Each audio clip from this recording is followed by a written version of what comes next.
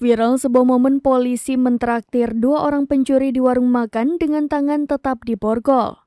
Momen tak biasa tersebut viral usai diunggah akun TikTok @jatanraspolda.bubble.id.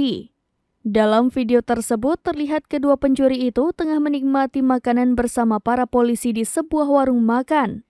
Tidak hanya sekedar makan, para polisi pun terlihat berbincang dengan kedua pelaku tersebut.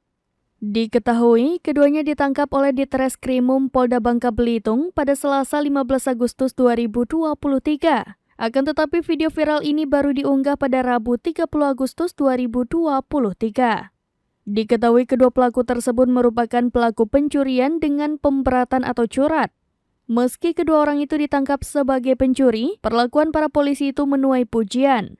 Dalam keterangan unggahannya dijelaskan bahwa keberhasilan polisi bukan hanya sekedar menangkap para pelaku kriminal, namun para pelaku kriminal agar tidak kembali ke hal yang dulu ia lakukan seperti dikutip akun TikTok @jatanraspolda.bubble.id pada Sabtu 2 September 2023.